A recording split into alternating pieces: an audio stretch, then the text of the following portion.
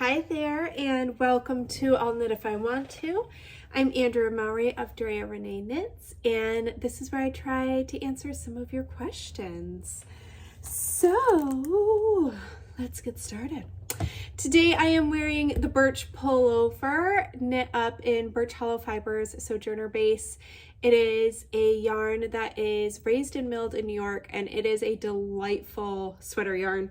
I wear this sweater all the time. There's very, very little pilling in any of my friction spots. And it's a great classic sweater. So it is one I love, and I hope you love it too. I'll link to it below just in case you need a new sweater for these chilly seasons we're getting into here in the Northern Hemisphere. If you're not in this hemisphere, then you're probably getting into summer and maybe looking for some lightweight options to be knitting on. But let's go ahead and get started. I am fighting for space right now with my spinning. I am applying for my weekender. So if you follow me on Instagram, you may have seen I showed a little sneak peek of my yarn. I, a couple weeks ago, showed you the different fibers I was hoping to use for my combo spin. And so I spun those up and started to doubt things again. And I think that happens to me like every spin. I get the spinning scaries where I'm like, it's not going to work out. So I decided to just spin to ply off like a fifth of it. So I plied that off into a little skein, let it dry, caked it up, and knit a little sample. Look how pretty. I'm so tickled. Like I mean, have you ever seen anything so just like photo worthy? And here's my little swatch. It is so unbelievably soft. As you can see, I still have it attached to the cake. Yes, I blocked it that way with just like my little swatch hanging into the water because I don't know about you, but my hand spun is so precious. When it comes to hand spun, you're never going to get the exact same yarn again. You know, that fiber, even if you got it from the same sheep, they're going to change year after year. And so I just always want to use up like every little bit. So I was like, I'm going to leave this attached and probably unravel it and use it in my actual sweater. But I am pretty tickled with how it's turning out. So I am moving forward finally. So I am plying, these are my first braids. So my goal is to do 2 braids of each colorway, which is going to give me about 24 ounces, which I think is going to be enough for the sweater. I do have a backup braid of each just in case I run a little bit short. So this is the first round and I'm just plying them together and I'm pretty tickled, pretty excited. I'm ready to get knitting. So that's really exciting to be moving forward on that. And I guess that is it for now. Let's jump into some questions and then I have some exciting news to share at the end. So, and you'll have to excuse my congestion. I had a little boy with a cold that he brought home, and of course he needed all the mama snuggles, which also meant he was coughing in my face. So I got his lovely cold passed on to me. So I'm trying to be at the tail end of that, but 'tis the fall. So, okay. Hi, Andrea. I'm wondering if you can talk about short rows for creating space for a larger bust. I'm knitting a bottom-up sweater and I'm realizing that if I don't add some kind of allowance for bust, it's just not going to fit me right. Please help.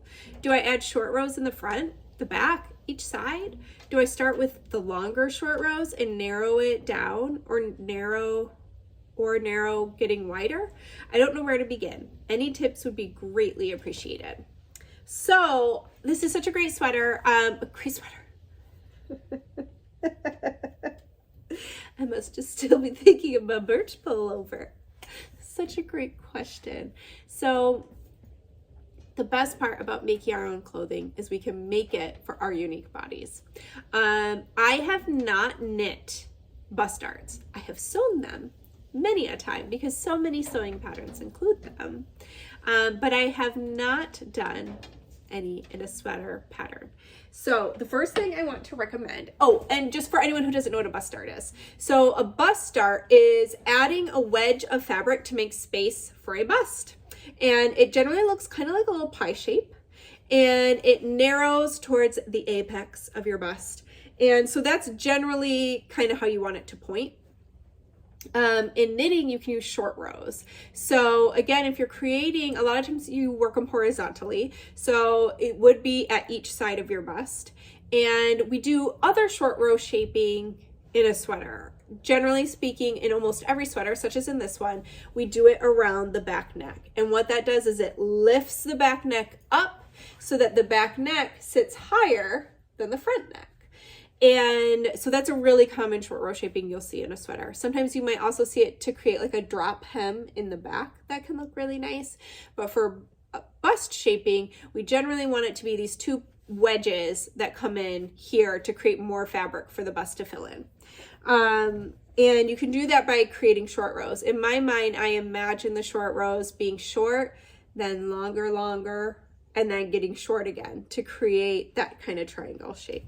But one thing I want to recommend is Little Red in the City. This book's by Isolde. It is a wealth of amazing knitting tips, including bust art shaping.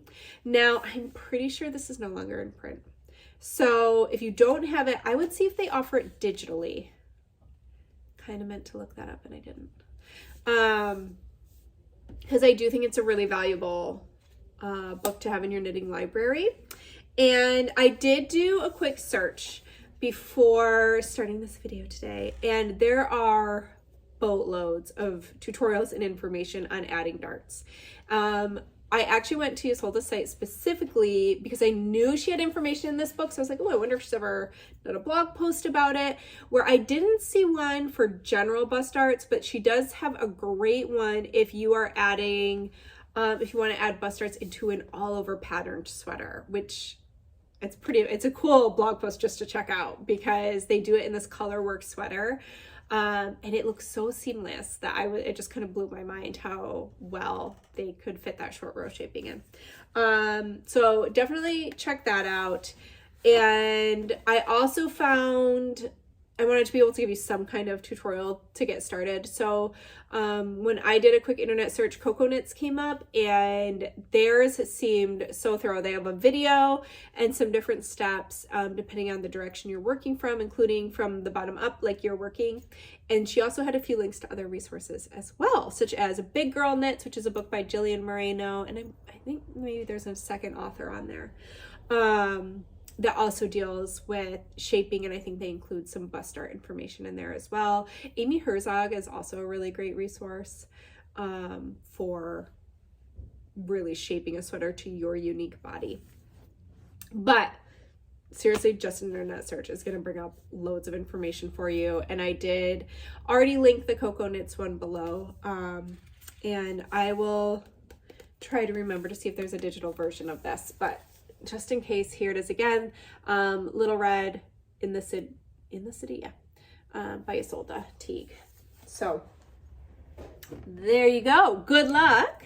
I would love to hear how it turns out, because I just think any way that we can make garments that fit our body the best way they can is so rewarding. And from what I did read as I was briefly kind of looking into bust arts for knitting, is it seems like once you know where you like them and the short rows you like to use and things like that, you can just add them into any sweater. And I just think, you could do some of that work leading up into it, and it really pays off in the long run. Okay. I have a question about lifelines. When you have placed a lifeline and then make a mistake, do you have to frog all your knitting back to the line to fix it? Or can you just drop off a few stitches down to the lifeline and somehow fix the error that way? Or does it depend on the error? Thanks for all your advice. So the way I think about lifelines is they are like your insurance policy that you buy just in case you get into an accident, or it's like the net beneath a trapeze artist.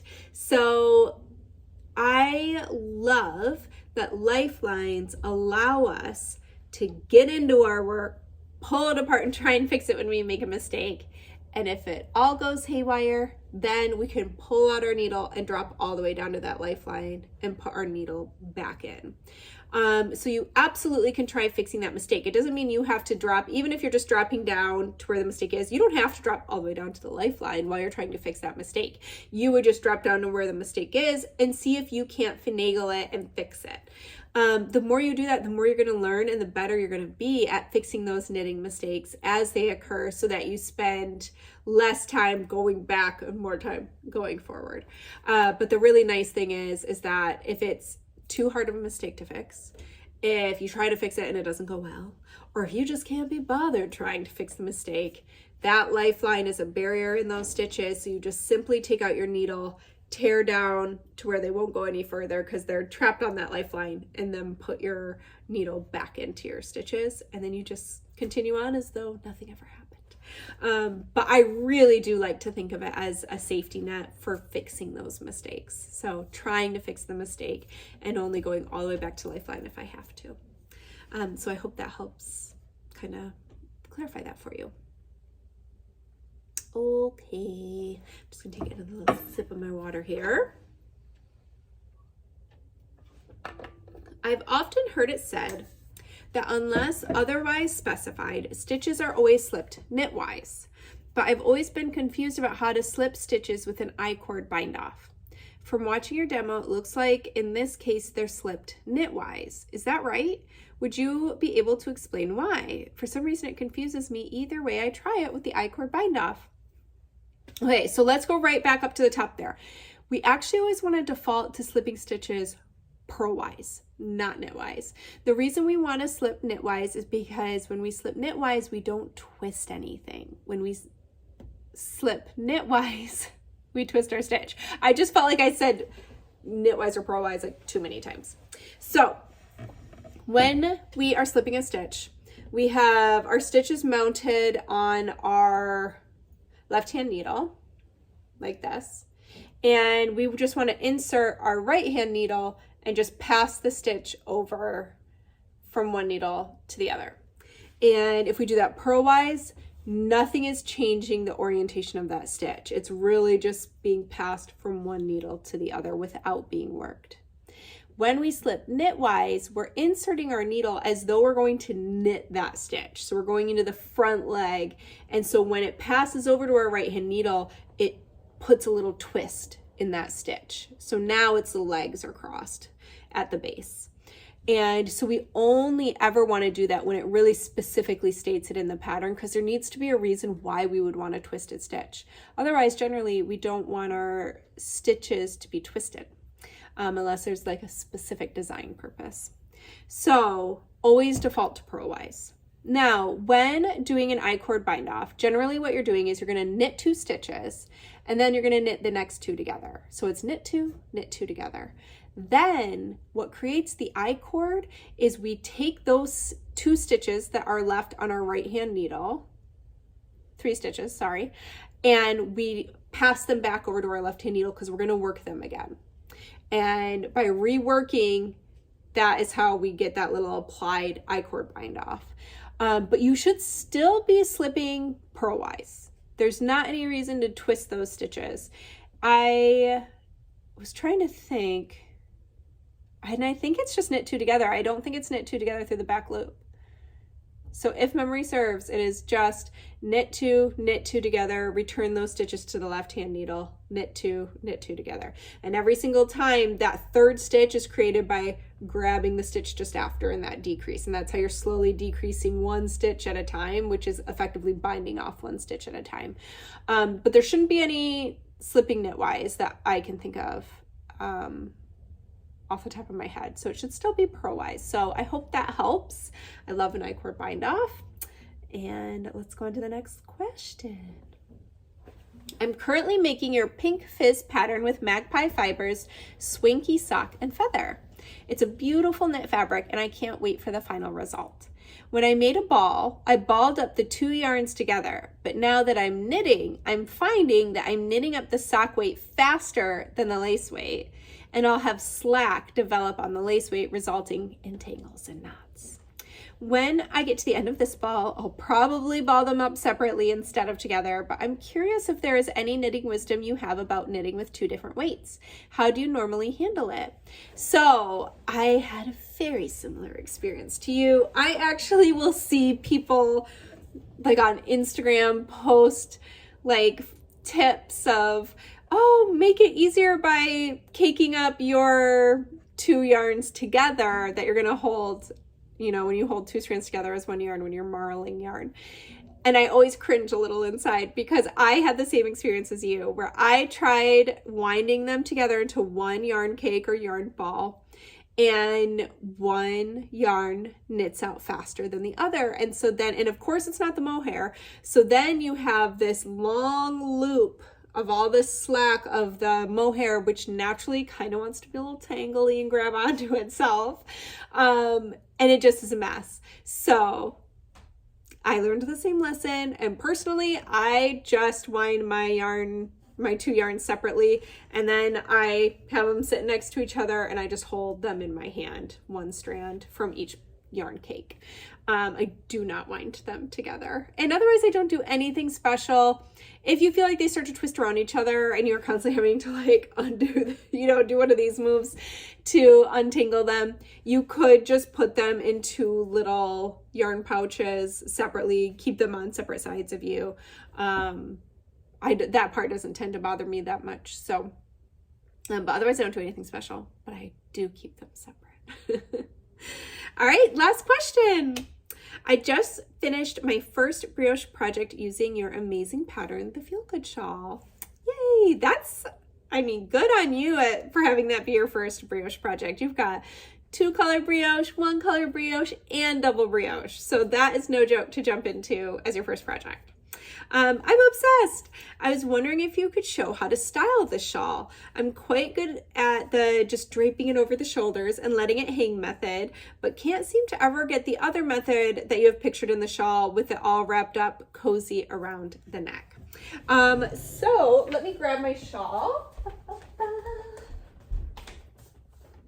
And we haven't done one of these in a while. If you look at my earlier videos, I used to show a shawl every week, how I style them, and I just got distracted apparently and did not continue that. But there's quite a few episodes where I did it.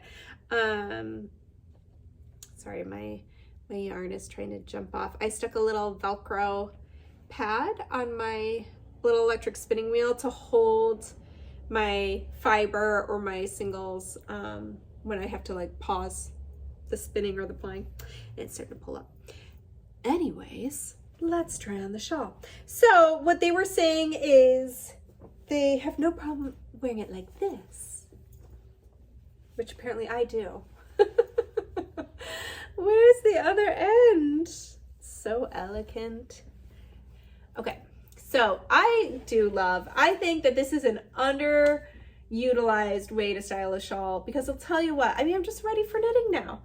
And I think it's especially lovely like with a dress to wear a shawl like this. I just think it should be embraced more. But as far as wrapping it around all cozy, what I like to do, this is a classic triangle shape, not asymmetrical. But basically, I style all triangular shawls, whether they be classic triangle, asymmetrical triangle, whatever. I style them all basically the same. So my main rule of thumb is I don't want this. I don't like when the triangle's dead center. I like a little more pizzazz. So I start just with one arm of the wingspan here, and this is a generous shawl. There's quite a bit of wingspan to work with, and I just start by wrapping that little leg around me, and I don't worry too much about where it falls. I just get it around my neck. Now I'm going to take the other side and whip that around, and do you see how it's already kind of kicking over to one side? That's all I really care about, is I make sure that it is a little off to the side. Now I might just stop here. depending on what I'm doing. If I am going to be walking around on a windy day, going in and out of places, if I'm carrying a bag, sometimes I don't like to leave these just hanging down because they can get like caught up in my bag, whatever it may be. Also, if it's cold, I might want to have like more lift in the shawl around to keep me cozy. So what I tend to do is take my little wingspan and just tuck it under, and I can do it on both sides. Sometimes I just do it on one, just depends how I'm feeling. And now it's almost like a cowl. It's like this big old shawl gets turned into just this little fashion statement accessory. And so again, I just make sure it goes boop to one side. That's my only criteria. And that's how I do it. I feel like there's not anything too magical in the way I do it, but hopefully you find it helpful. And I think that's it for questions. So I am so excited. If you are signed up for my newsletter, if you're not, link below. But going out probably around the same time as this video, depends. Sometimes this video actually goes out quite early at like midnight. But Friday morning, we will say, if you're watching this Friday morning, I have a newsletter going out with a really, really special collaboration. So my good friend, Shelby, who I got to meet years ago in Brooklyn when I was there at String Things Studio, and I got to meet her through her mother, Gigi. So Gigi had come to the little knit night that we were doing that night there, and she brought her daughter, Shelby. And fast forward a few years, Shelby during the pandemic started Shelby in the Book Club, and it was wildly successful.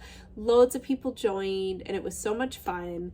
And Shelby has been an avid reader from the time she was really young. Like, she just devours books. And so after the success of the book club, she made a career change, and she just had a bit of an epiphany during the pandemic that what she is here to do is to open a bookstore and get books into people's hands, especially books by Black authors. And she also so she has an online shop, and she just realized what was really lacking in her area was a Black female-owned bookstore, that she could create this wonderful space for people to come read, knit, hang out, and she wants to make that dream come true. So we were chatting last spring while at the big opening of Magpie Fiber's flagship store, and she loved my Douglas cardie, which is a super comfy kind of grandpa style cardie. And we were chatting about how it's like perfect cardie for like reading books and just that kind of comfy cozy style. So Magpie Fibers dyed up a really beautiful kit to go with the Douglas cardie, and we did a little collaboration to help boost Shelby's GoFundMe to open a brick and mortar bookshop. So I share all the details of that in the newsletter. Shelby is headed to, I think she's actually going into Magpie Fibers. I think she's actually going to physically be with them, but at the very least, they're doing an Instagram live today at 12 o'clock noon Eastern Standard Time, where Shelby will just share more of her story and her goal of opening up this amazing bookstore. And I just think it's so exciting. So I hope you will help support her in this new endeavor.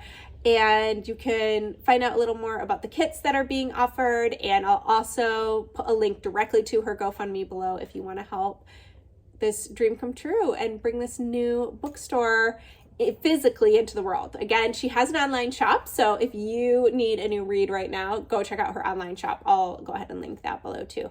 But otherwise, let's make this a reality, because I think it would be so exciting. So again, sharing more of that in my newsletter, and you can find out more over at the Magpie Fiber site and Shelby's sites below, which I'll link. And I think that's it. So I hope that y'all have a great weekend. I hope it involves maybe some reading and some making in whatever way that you might have some moments for this weekend. And I hope to see you back here next week. Happy making!